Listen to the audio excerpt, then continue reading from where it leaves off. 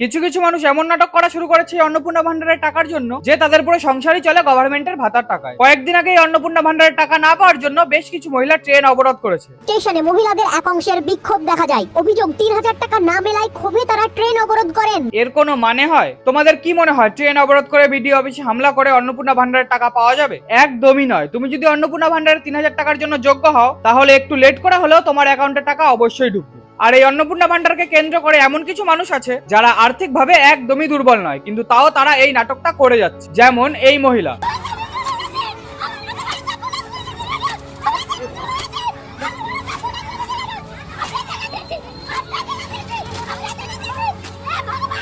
এই মহিলাটাকে দেখে তোমাদের কি মনে হচ্ছে? যে এই মহিলাটা খুবই গরিব, বাড়িতে নুন আনতে পান্তা ফোড়ায়, তাই তো? কিন্তু এরকম একদমই নয়। এনার ছেলে একজন ইঞ্জিনিয়ার আর হাজবেন্ডের একটা বড় দোকানও আছে। যদি এনার হাজবেন্ড আর ছেলের আয়ের কথা বলি তাহলে তারা মাস গেলে ১.৫ লক্ষ টাকারও বেশি উপার্জন করে। আর এই মহিলাটা তো তৃণমূল কংগ্রেস অর্থাৎ টিএমসির একজন কার্যকর্তা নেত্রী। এবার বুঝতে পারলেন তো আসল খেলাটা কোথায় খেলা হচ্ছে আর কিভাবে খেলা হচ্ছে? প্রাক্তন মুখ্যমন্ত্রী মমতা ব্যানার্জিকে নিজেদের আদর্শ মেনে চলা এই মহিলাগুলো পুরোপুরি ভাবে প্ল্যান করে রেখেছে নতুন সরকার অর্থাৎ শুভেন্দু অধিকারীকে কিভাবে ক্রিটিসাইজ করা যায়। কিন্তু যারা এই অন্নপূর্ণা ভান্ডারের জন্য প্রকৃত যোগ্য তাদের মধ্যে কিছু লোক এই টাকাটা এখনো পায়নি। তারাও আর বেশি দুশ্চিন্তা করবেন না। সরকার চেষ্টা করছে যত শীঘ্রই সম্ভব আপনাদের অ্যাকাউন্টে টাকা ক্রেডিট করানো।